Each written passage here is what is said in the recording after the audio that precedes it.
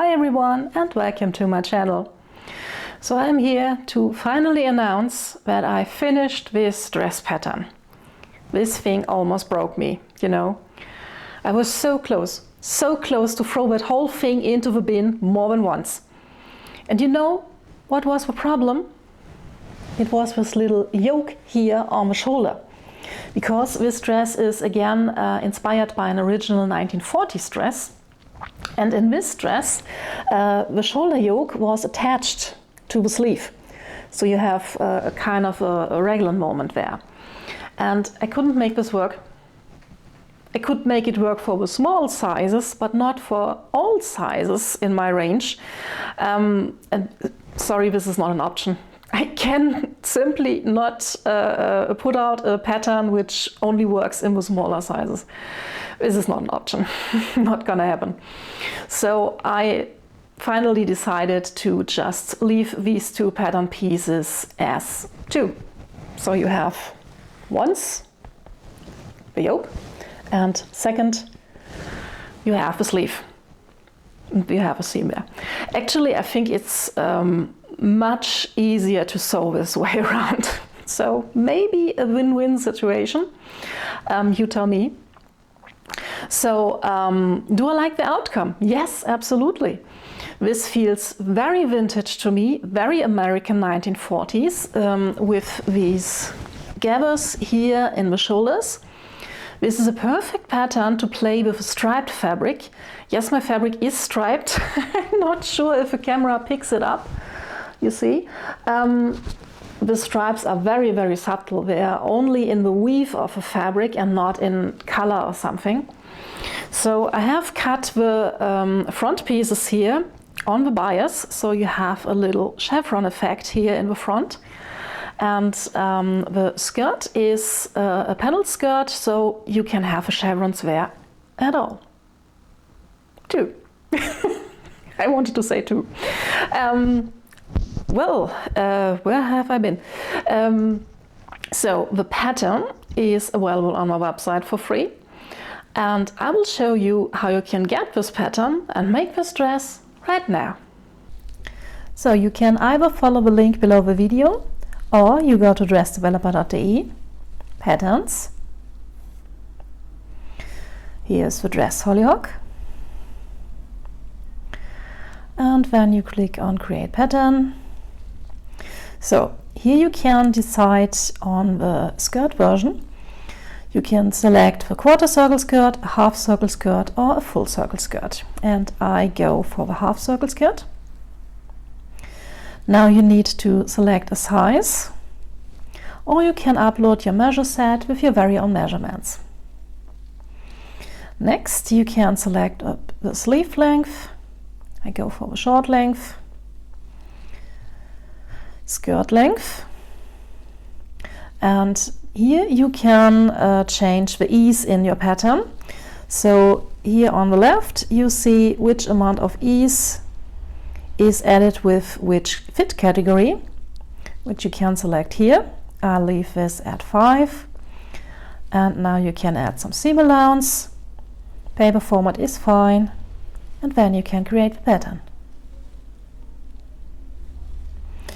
So I'll show you the second link first. Here you have a little cover with information about your measurements and the pattern pieces, and a printing layout, so you know how you need to assemble the pieces. And I need to do this again real quick. And here the first link is the pattern itself, all ready for printing. Cutting out the skirt pieces is pretty straightforward. Since my striping is very fine and very subtle, I don't bother too much with the pattern matching.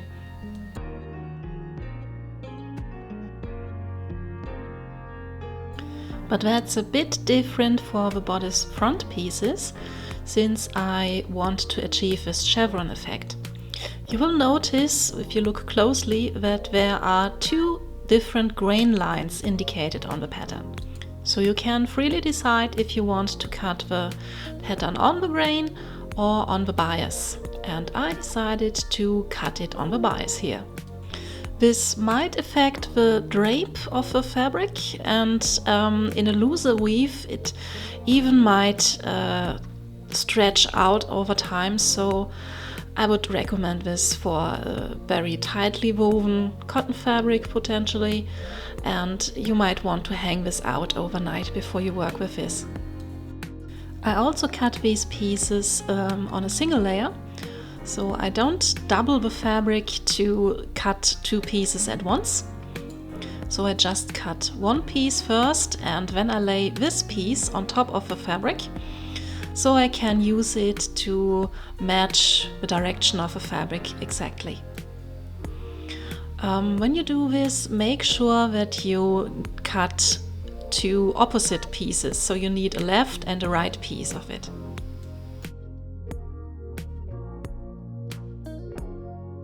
But this was all the pattern matching magic I did for this dress.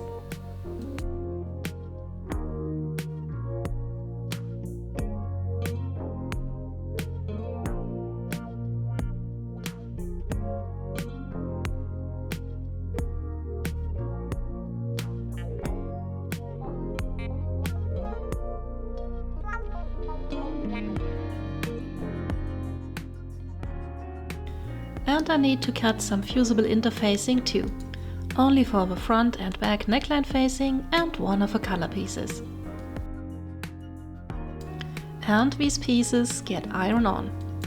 Note that I cut the fusible interfacing a bit smaller than the actual pattern pieces. This way I don't get the glue all over my ironing board. Then I can line up the two color pieces with the right sides facing each other, pin and sew on the side and the top.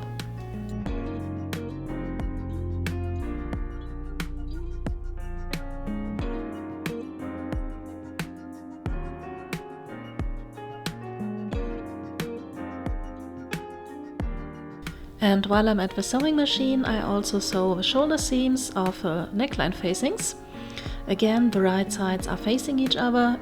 You see the fusible interfacing is on the outside. And I sew the two darts in the back.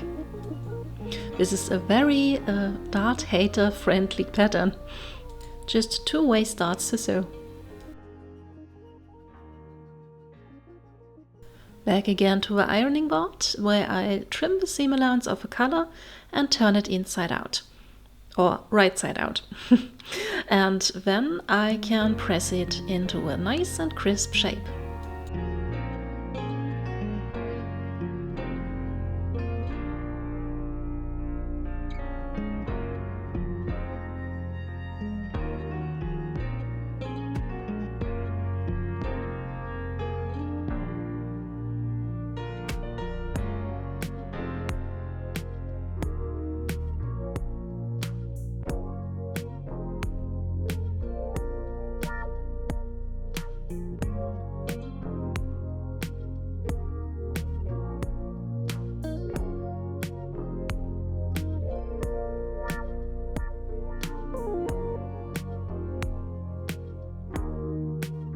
Then I use my serger to finish most of the raw edges. This includes the sides of the skirt panels, the sides of the sleeves, and the sides and the bottoms of the bodice pieces. The pocket pieces get serged too. Then I sew them into pairs and I leave the seam allowance at the beginning and the end open. So these get installed in the dress side seam later on.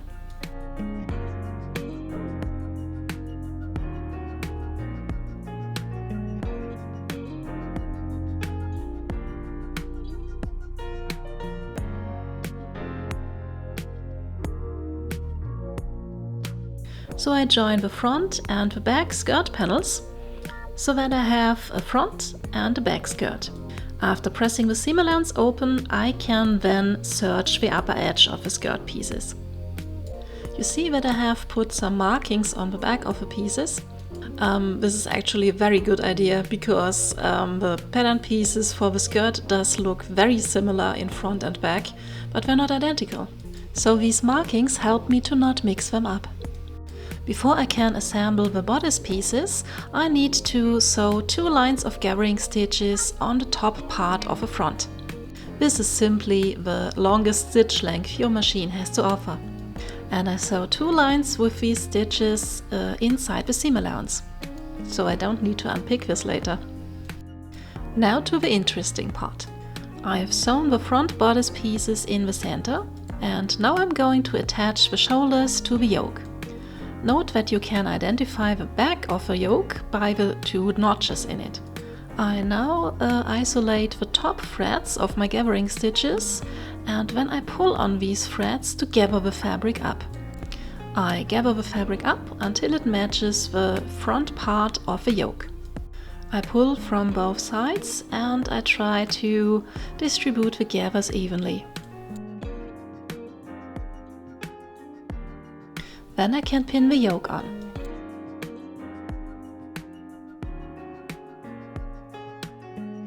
A little evening out and I am ready to sew the yoke in place.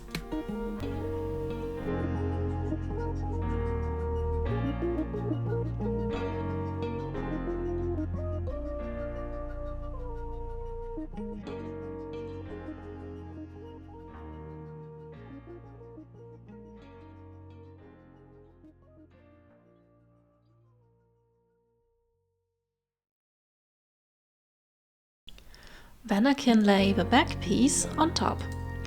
Both back piece and the back part of the yoke do have 2 little notches, and I just line these notches up and pin it in place.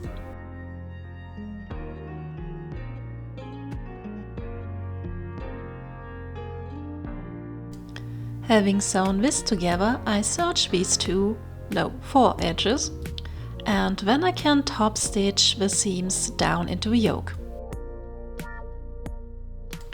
Next is the collar. Both the collar and the yoke do have little notches, and I put the collar on, lining up these notches.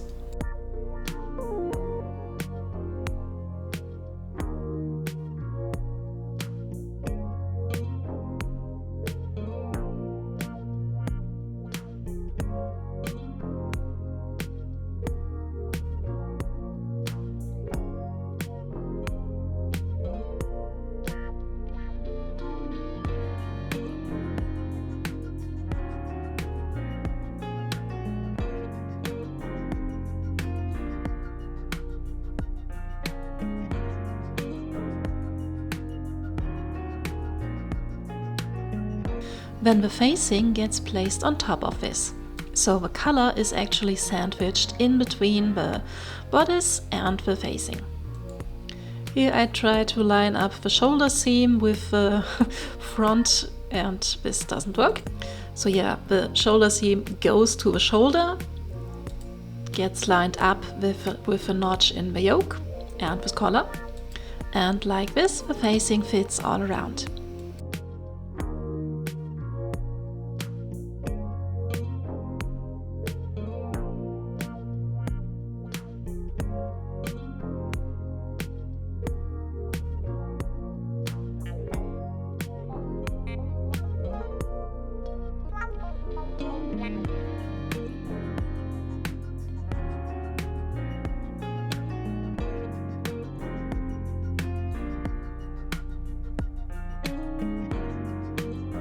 Then I can stitch all around through all the layers. On to the sleeves. Here's the arm side, and there are 3 notches which will help us set the sleeve in. A single notch in the front and on the shoulder, and a double notch in the back. I simply take the sleeve and then I line up all the notches, the shoulder, the front and the back. Beginning and end too, of course. Everything in between gets distributed evenly without pulling the fabric. Remember, you line up the sewing line, not the seam allowance. So it's okay if the seam allowance puckers a teeny tiny bit, because this is not where we will stitch.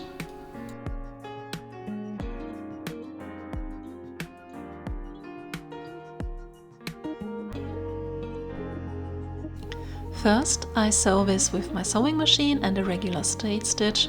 After that, I serge this edge.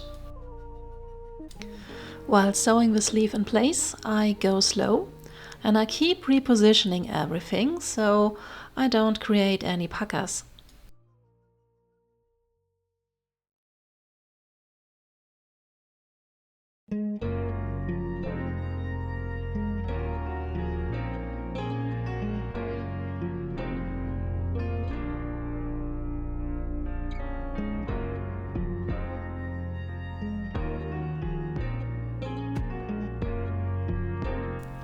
Then I can sew the front and the back skirt onto the bodice. The side seams are still open at this point.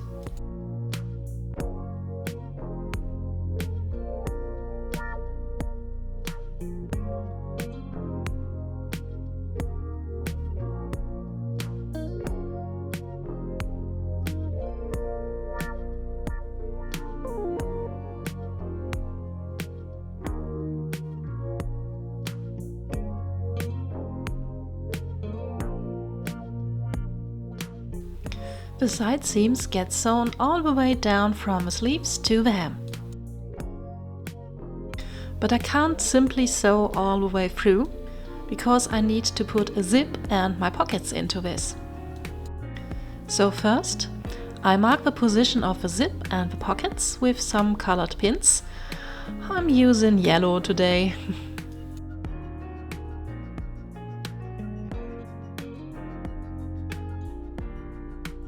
Keep in mind that you can't actually sew all the way down with an invisible zip, so the opening for the zip is a bit shorter than the actual zip. Then I leave 2 or 3 centimeters and then I add the opening for the pocket. The other side of the dress gets only a marking for the position of the pocket, obviously on the same height. Now, when I sew this, I sew with a regular short stitch up until the point where the zipper starts. There I switch to the longest stitch length possible and I just baste the rest until I hit the next marking. Then I revert back to my short stitch until I hit the pocket opening, which I will simply leave open, and then I sew the rest as usual. Here I start at the sleeve and I go on until I hit the marker for the zip opening. Here I backstitch and pause for a moment to increase my stitch length. Then I sew right along until the next marker.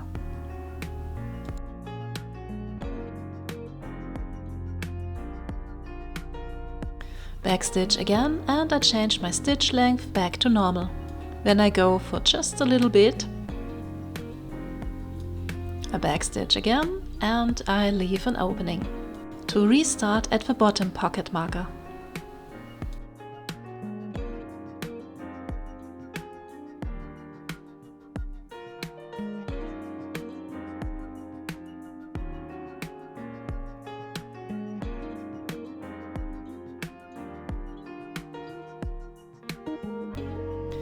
Now I can pin the zip in place, but only at the seam allowance, which I press open. And next I will sew the zip to the seam allowance, first to one side and then to the other side. I will stitch close to the edge and the zipper teeth are still free.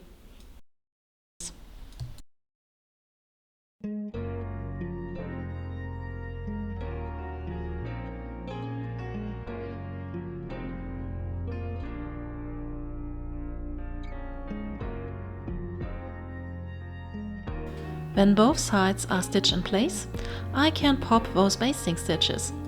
Only the basting stitches, we do need the rest of the seam.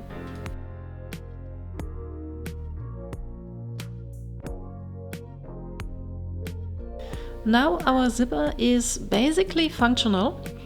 We can open and close it, but it's ugly. We need to hide it, and that's why we need to sew this again. This time I'm using my invisible zipper foot and I sew very closely to the zipper teeth, still on the seam allowance. You can use a regular zipper foot for this, the invisible zipper foot does make it only a bit easier.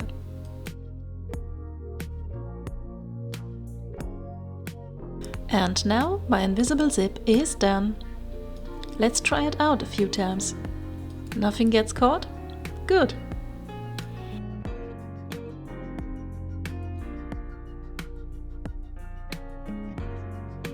Now the pocket installation is a piece of cake. You place the pocket onto the opening and sew the seam allowance of a pocket to the seam allowance of a dress. I would recommend using the zipper foot again. We are up to the finishing touches. The sleeves get hemmed with a simple double folded hem.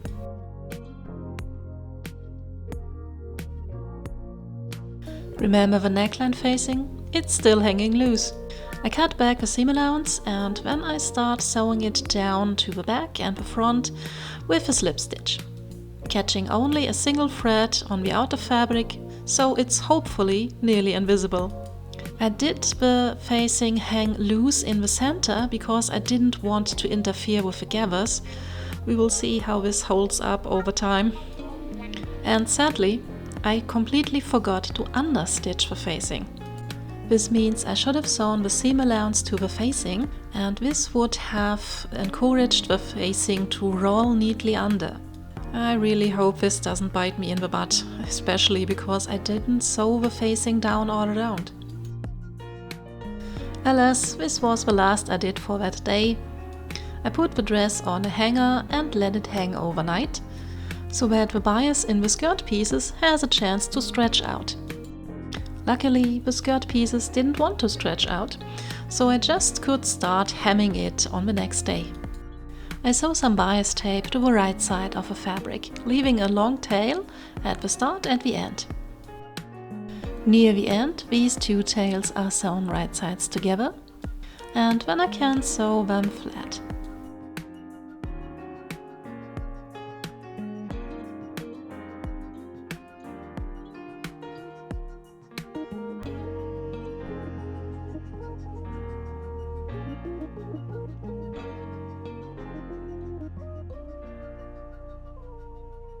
Then the bias tape gets pressed to the inside and sewn in place. You could do this by hand for a really nice finish. And with that, the dress is done. And here she is in all her glory. Oh, I love this color. And I love the pockets and the skirt and all of it. As always, I hope you enjoyed this little video and it was of some help. If you have any questions, let me know in the comments and I'm glad to help. And I hope I will see you in my next video. Bye!